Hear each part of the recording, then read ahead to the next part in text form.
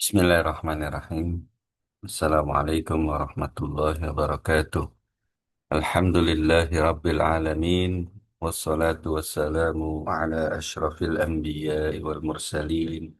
Nabiyyina Muhammadin wa ala alihi wa sahbihi ajma'in.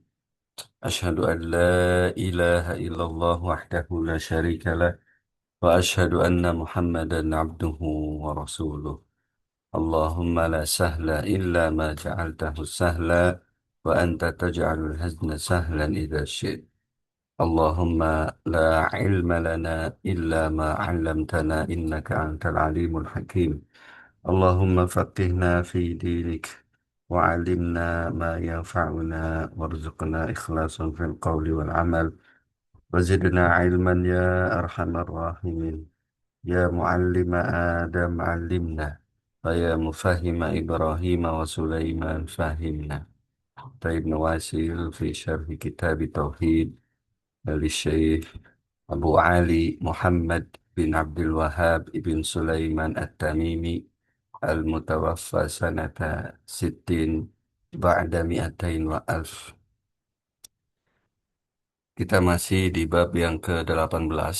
Ya, kemarin kita telah membahas tentang bab ke-18 di mana di sini ada eh, dua dalil yang dibawakan oleh Al-Musannif rahimahullah taala. Bab ke-18 adalah bab qaulillahi taala innaka la tahdi man ahbabt. Sesungguhnya engkau wahai Muhammad tidak mampu memberikan hidayah kepada orang yang kau cintai. Nah, di mana beliau membawakan satu hadis di dalam kitab As-Sahih yaitu Sahih Bukhari dan Muslim dari Ibnu Musayyab dari bapaknya dari Musayyab ya.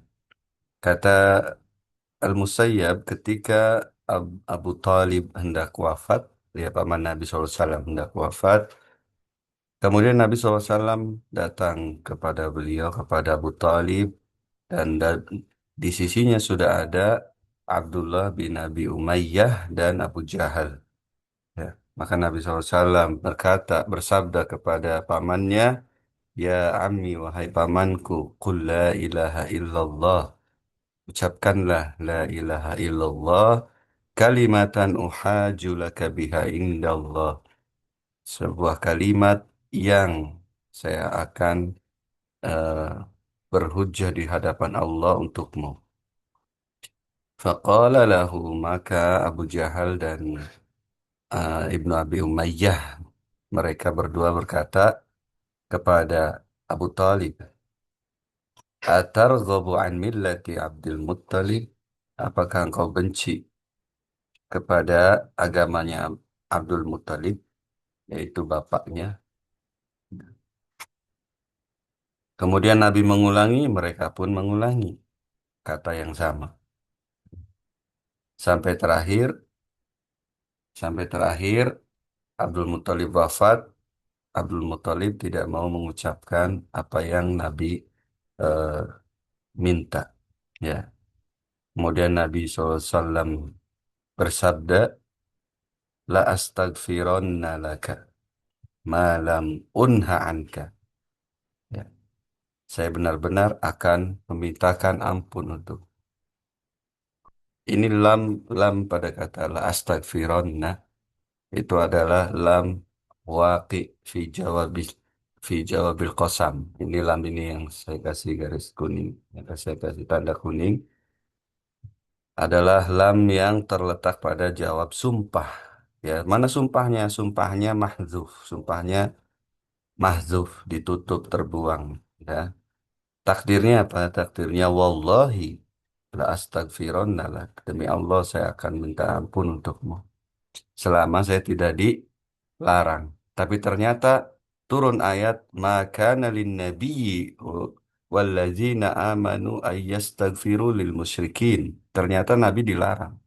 Ya, tidak boleh ya la yajuz lin nabi untuk nabi dan orang-orang yang beriman memintakan ampun kepada orang musyrik. Ya. Lalu Allah pun menurunkan ayat innaka latahdi man ahbabt. Walakinallaha yahdi may yasha. Sungguhnya engkau, wahai Muhammad, tidak mampu memberikan petunjuk kepada orang yang kau cintai, tetapi Allah lah yang memberikan petunjuk kepada yang Allah kehendaki. Qala al-musannif rahimahullah ta'ala, kata al-musannif, fihi masail. Ya, kita akan baca masail. Dan pertemuan kali ini kita akan membahas tentang faidah-faidah. Al-ula, masalah yang pertama, tafsiru qawlihi innaka la tahdi man ahbabta, walakinallaha yahdi man yasha. Ya. Tafsir firman Allah pada surat Al-Qasas ayat 56, sesungguhnya engkau, wahai Muhammad, tidak mampu memberikan petunjuk, memberikan hidayah. Hidayah yang dimaksud adalah hidayah apa? Hidayah taufik wal ilham. Ya, Nabi Muhammad tidak memiliki kemampuan dalam menetapkan hidayah taufik wal ilham. Adapun hidayah al-bayan wal irsyad ini dimiliki oleh Nabi Muhammad Sallallahu Alaihi Wasallam dan pengikut beliau, termasuk para ulama, termasuk para pendakwah, ya, memiliki hidayah al-bayan wal irsyad. Ya. Adapun taufik itu di tangan Allah. Orang itu menerima dakwahnya atau tidak ada di tangan Allah, bukan di tangan kita. Ya, kita tidak berhak dan kita tidak memiliki kemampuan untuk agar semua orang mau mengikuti apa yang kita ucapkan. Tetapi Allah Subhanahu wa taala berhak memberi hidayah kepada yang Allah kehendaki.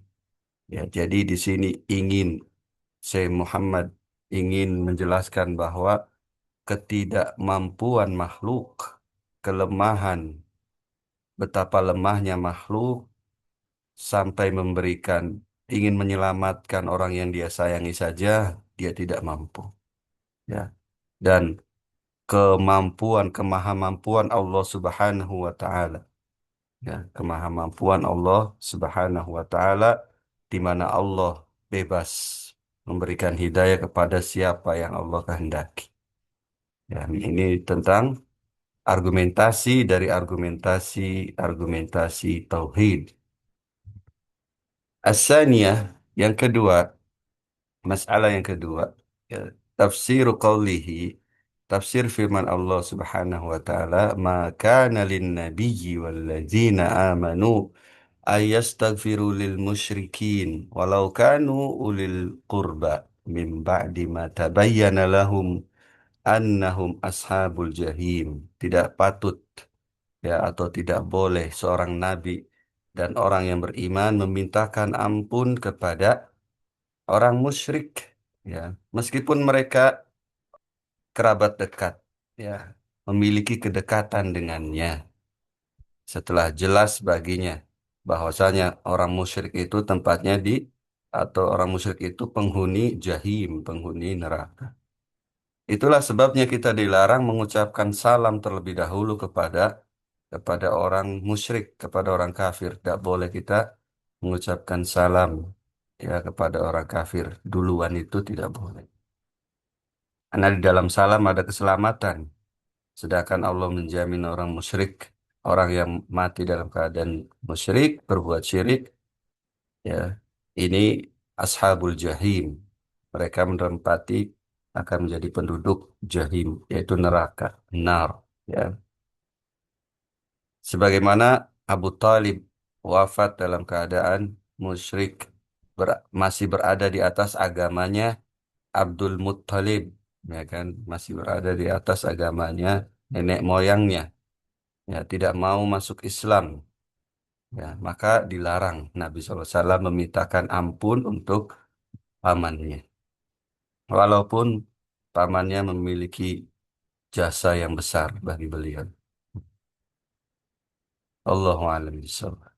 As-salisa, yang ketiga, wahiyal mas'alatul kabirah.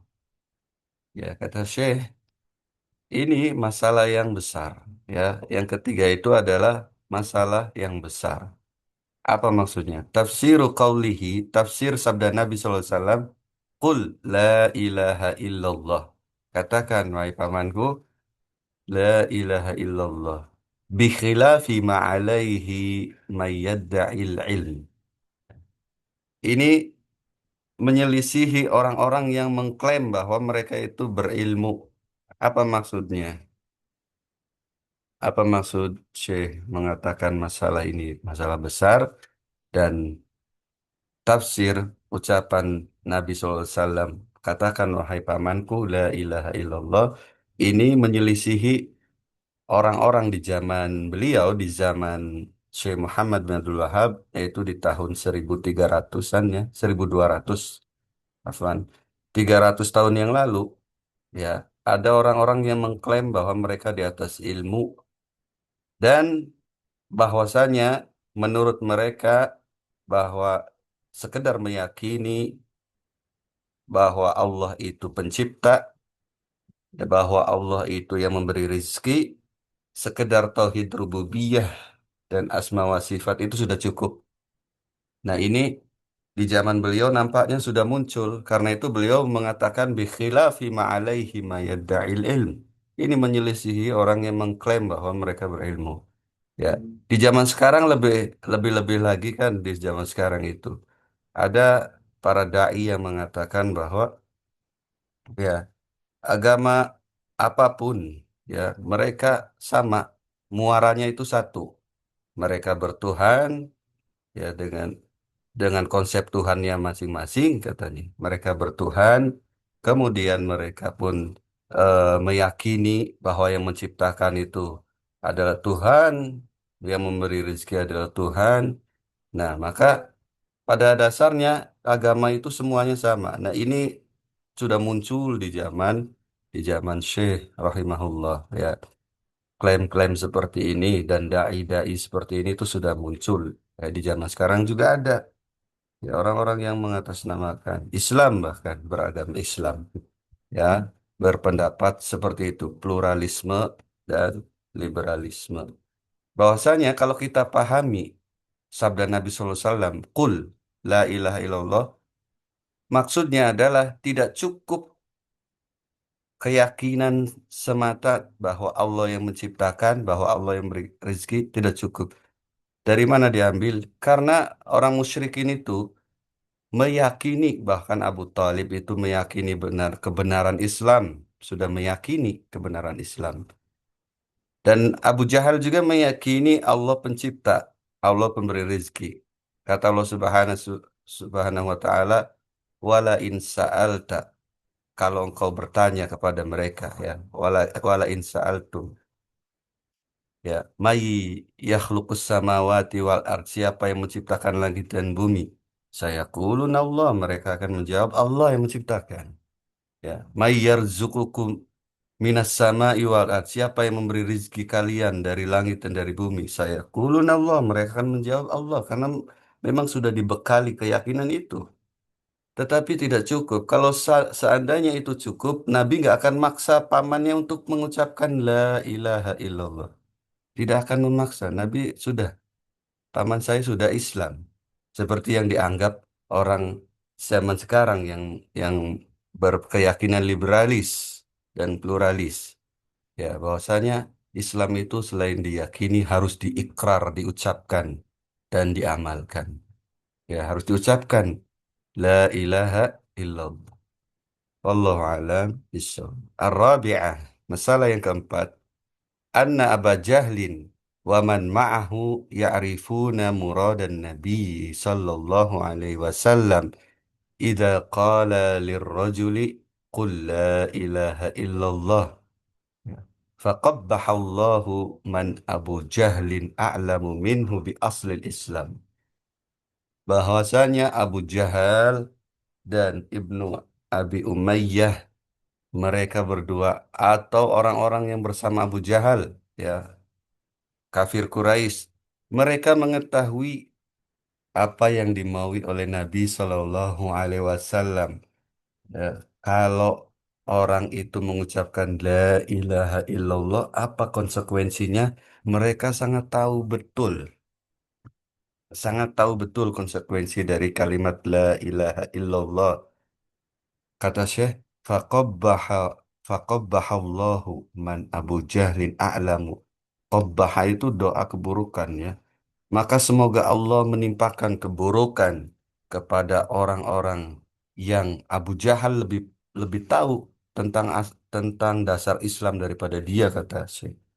Nah, ini kebalikan dari yang di atas tadi. Yang di atas hanya meyakini saja, ya, tidak usah mengucapkan. Yang di bawah ada juga orang-orang yang mereka hanya mengucapkan saja la ilaha illallah sudah, dia Islam, ya. Siapa yang mengucapkan la ilaha illallah tidak mengamalkan konsekuensinya, ya, maka dia sudah aman. Ya. Kata saya, Abu Jahal ini dan orang-orang dahulu itu lebih tahu daripada orang-orang yang seperti itu, ya, tentang dasar Islam. Apa konsekuensi dari la ilaha illallah? Yaitu dia harus meninggalkan semua sembahan-sembahannya dan hanya menyembah Allah semata. Ya, ini diambil dari perkataan mereka dalam surat Shad, kata mereka ataj'alu, iya, ya, ataj'alu, kalau tidak salah ya, saya lupa lupa ingat. Ataj'alu alihatina ilaha wahida. Apakah orang itu? Ya, ayaj'alu, aja'ala afwan. Aja'ala alihatina ilaha wahida. Alihatana ilaha wahida, kata orang-orang musyrik. Apakah dia, ya, menjadikan Tuhan-Tuhan kita yang banyak itu menjadi satu Tuhan saja, yaitu hanya Allah saja? Ini diambil dari kalimat la ilaha illallah. Kata mereka, kalau kita mengucapkan la ilaha illallah, maka maknanya la ma'budu bihaqqin illallah. Tidak ada sembahan yang benar, berhak disembah kecuali Allah. Maka mereka tahu persis. Ya, Abu Jahal mengetahui kalau Abdul Muthalib mengucapkan la ilaha illallah, konsekuensinya harus meninggalkan itu semua, sembahan-sembahan itu. Jadi harus meyakini dengan i'tiqad yang lazim, i'tiqad yang jazim, dan harus mengamalkan dengan amalan lawazim. Ya, ada konsekuensinya. Tidak sekedar ucapan semata. Wallahu a'lam bishawab. Al-khamisah, masalah yang kelima. Al-khamisah, jidduhu sallallahu alaihi wasallam wa mubalaghatuhu fi islami ammihi. Seriusnya Nabi Shallallahu Alaihi Wasallam, ya, dalam mendakwahi pamannya agar masuk Islam. Ya. Seriusnya Nabi Shallallahu Alaihi Wasallam dalam mendakwahi pamannya agar pamannya masuk Islam. Ya. Sampai beliau di akhir-akhir pamannya mau meninggal, beliau terus-terusan minta agar pamannya itu masuk Islam. Ya. Dihalangi oleh Abu Jahal, beliau ucapkan lagi. Dihalangi oleh Abu Jahal, beliau ucapkan lagi dengan harapan besar bahwa pamannya akan mengucapkan la ilaha illallah. Ya, karena sebagaimana yang sudah disebutkan kemarin, bahwasanya Abu Talib ini amalannya kepada Islam besar sekali. Sudah tinggal ngomong saja beliau itu.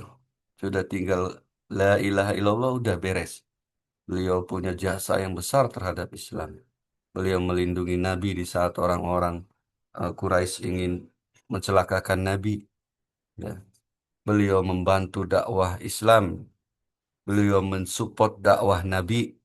Ya. Oleh karena itu, beliau serius sekali. Nabi SAW serius agar pamannya tinggal ngomong saja.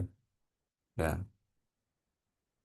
As-sadisah, yang keenam, ar-raddu ala man za'ama Islam Abdul Muttalib wa aslafihi.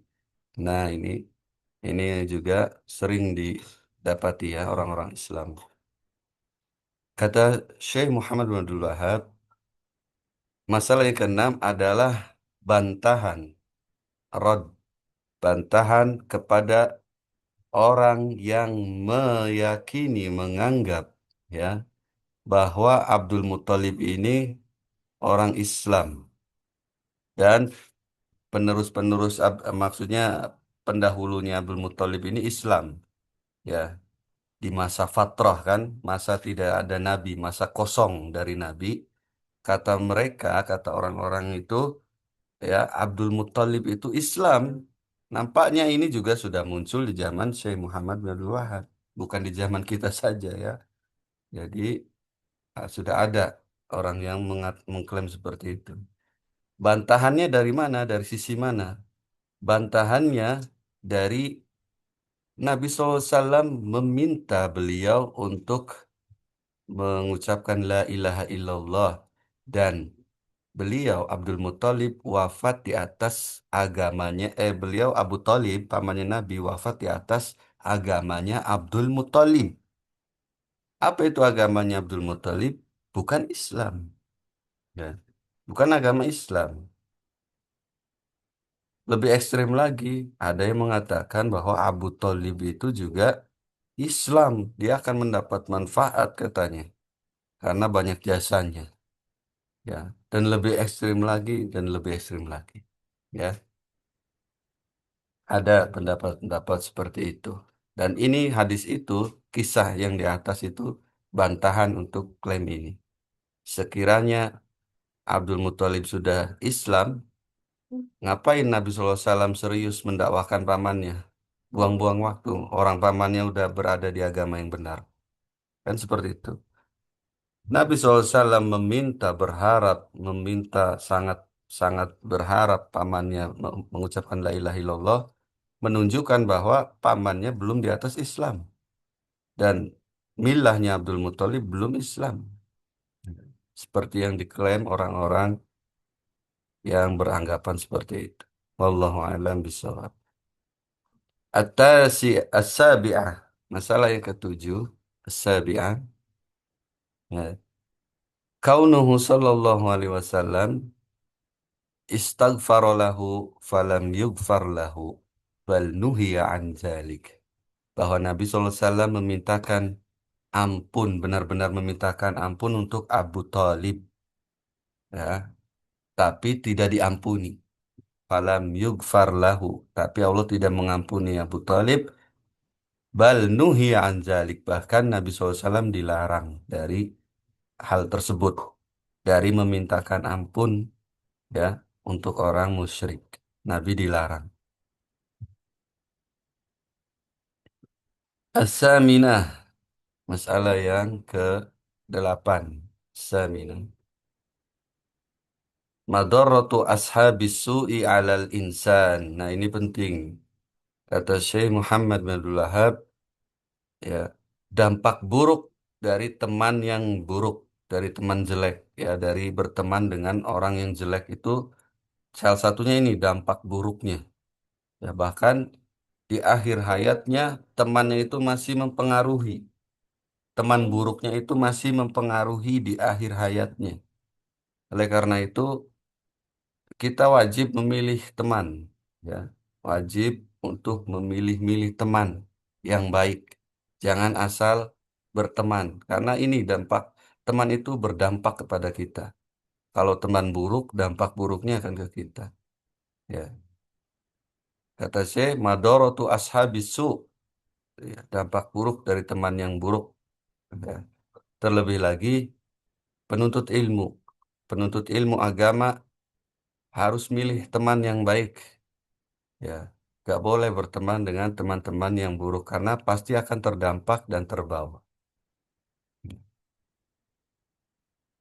At-tasi'ah, masalah yang kesembilan, al-musannif, at-tasi'ah, madarratu ta'zimil aslafi wal akabir.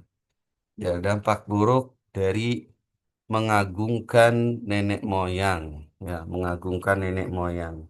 Apa maksud di sini? Mengagungkan nenek moyang boleh kalau nenek moyang itu di atas al-haq. Seperti Nabi SAW Kata Nabi, ana ala millati abina Ibrahim wa Ishak. Saya berada di atas agamanya nenek moyang saya, Ibrahim dan Ishak, kata Nabi.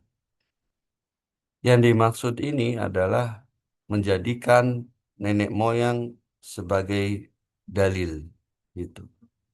Sebagai dalil ketika terjadinya tanazu, ketika terjadinya perselisihan, mereka mengembalikannya kepada nenek moyang, bukan kepada Allah dan Rasulnya.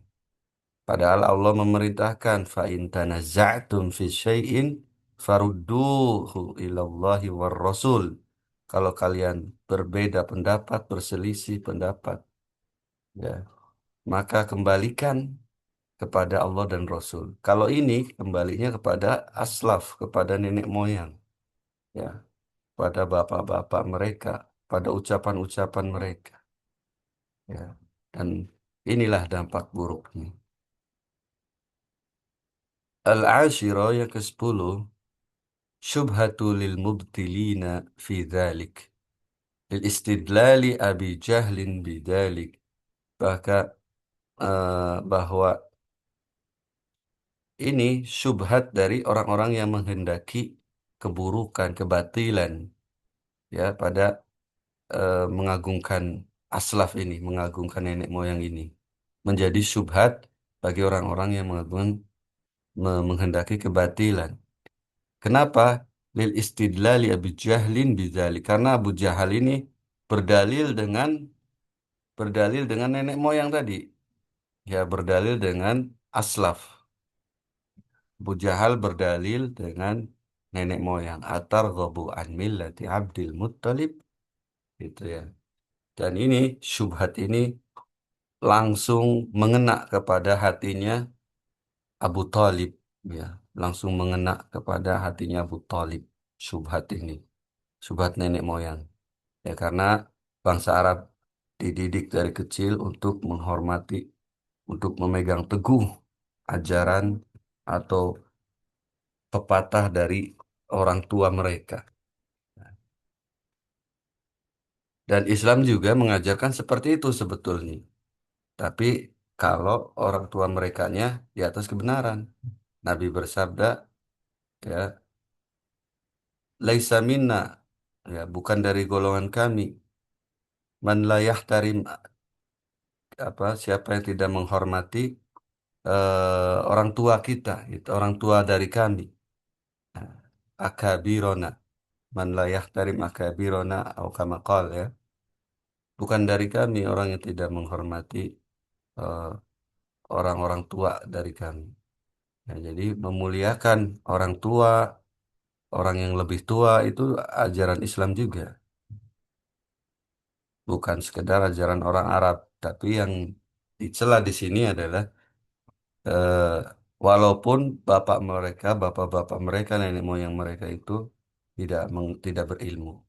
Walau kana aba'uhum la ya'lamuna syai'. Wallahu a'lam bishawab. Al-hadiyata asyarah yang ke-11. Syahidu asyahidu likaunil a'mali bil khawatim li'annahu law qalaha lanafa'at lanafa'athu. Ya. Kata Syekh Muhammad, saksikan, ya, lihatlah itu, ya, bahwasanya amalan itu tergantung akhirnya, tergantung khawatim, tergantung endingnya seperti apa. Nah, jadi nasib seseorang itu tergantung akhirnya. Kita lihat bahwa Abu Thalib itu jasanya udah banyak. Amalannya itu kalau diakumulasi udah besar banget. Gak ada zaman sekarang nih orang yang bisa menandingi amalan beliau. Ya, karena amalan beliau itu sangat berdampak ke Islam. Ya. Tapi saksikan di akhir hayatnya, di akhir masa-masa hidupnya, ya, dia tidak mau masuk Islam. Maka tidak dapat manfaat apa-apa. Runtuh semua apa yang dia usahakan, apa yang dia lakukan itu nggak ada manfaatnya. Ya, tidak ada manfaatnya di akhirat. Li'annahu law qalaha, padahal kalau dia mengucapkan kalimat itu, kalimat la ilaha illallah, lanafa'athu. Kalimat itu akan bermanfaat bagi dia. Ya, jadi amalan-amalan itu tergantung di akhirnya. Ya. Yang terakhir, as-saniyata asyarah, masalah yang terakhir, ta'ammulu, ya, at-ta'ammulu fi kibari hadhihi syubhati fi qulubid dhallin. Perhatikan, kata beliau, memperhatikan besarnya syubhat ini terhadap hati orang yang sesat. Syubhat apa itu? Syubhat nenek moyang tadi. Syubhat mengagungkan nenek moyang tadi sangat besar di hati mereka. Apa dalilnya? Kata beliau, li'anna fi qissati, ya, li'anna fil qissah, karena dalam cerita di atas, dalam kisah di atas, annahum lam yujadiluhu illa biha. Bahwasanya Abu Jahal dan Ibnu Abi Umayyah tidak mendebat Nabi dengan kata-kata lain, tapi hanya dengan itu saja, kata Syekh. Ya, ma'a mubalaghatihi sallallahu alaihi wasallam wa takririhi, padahal Nabi sallallahu alaihi wasallam sangat serius ngomong yang lain, ngomong banyak dan mengulang-ulang, ya. Tapi mereka hanya itu saja, tapi itu sangat berpengaruh kepada hatinya Abu Talib, ya. Fali ajli azamatiha wa wuduhiha indahum iqtasaru alaiha, karena argumentasi mereka, apakah kamu benci dengan agama nenek moyang itu? Itu argumentasi yang azim, ya, yang besar bagi orang Arab dan jelas gamblang bagi mereka, maka iqtasaru alaiha, mereka pun mencukupkan dengan kalimat itu saja sudah menghujam ke hatinya Abu Talib. Ya. Wallahu alam bisawab. Nas'alullah ta'ala an yu'allimana mimma yanfa'una wa an yanfa'ana bima 'allamana innahu waliyu dzalika wal qadiru alaih. Insyaallah pada pertemuan berikutnya kita akan masuk ke bab 19.